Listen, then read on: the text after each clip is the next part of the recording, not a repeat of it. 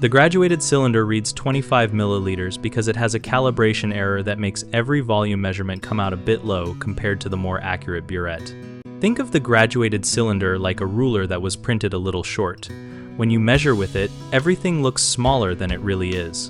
A Buret is built to be more precise and is usually checked against standards, so it will show the true volume while the faulty cylinder stays stuck at 25 milliliters.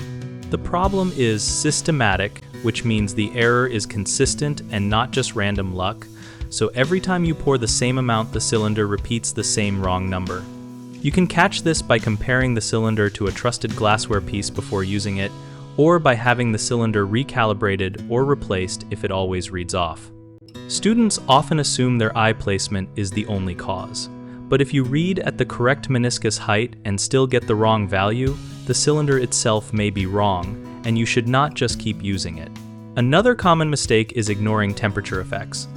Liquids expand slightly with heat, but that alone will not consistently make a cylinder read low by more than a milliliter if the Buret is accurate.